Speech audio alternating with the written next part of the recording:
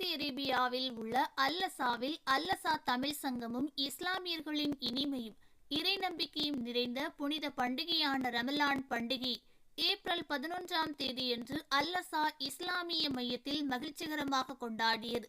இந்த சிறப்பு நிகழ்வில் பல்வேறு தமிழ் சமூகத்தினர் தங்களது குடும்பங்களோடு கலந்து கொண்டு ரமலான் பண்டிகையின் மாண்பினையும் வாழ்த்துக்களையும் பரிமாறிக் கொண்டுள்ளார்கள்.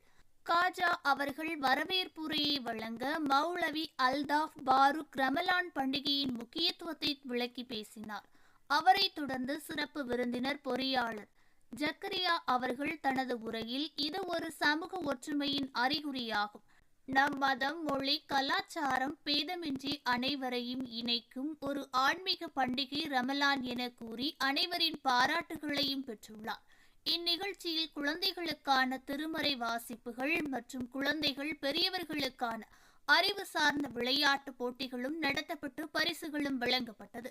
விழாவில் கலந்து கொண்ட அனைவருக்கும் ரமலான் இரவு உணவு வழங்கப்பட்டது.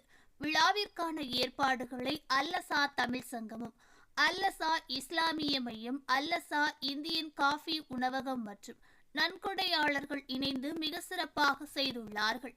அல்லசா தமிழ் சங்கம் சமூக ஒற்றுமையை வளர்ப்பதிலும் தமிழ் கலாச்சார அம்சங்கள் மேம்படுவதிலும் தொடர்ந்து முனைப்புடன் செயல்பட்டு வருகிறது. அந்த வகையில் இந்த ரமலான் விழாவும் அதன் ஒரு முக்கிய நிகழ்ச்சியாக இருக்கிறது. பொறியாளர் சுபான் நன்றி உரையுடன் விழா இனிதே நிறைவு பெற்றது.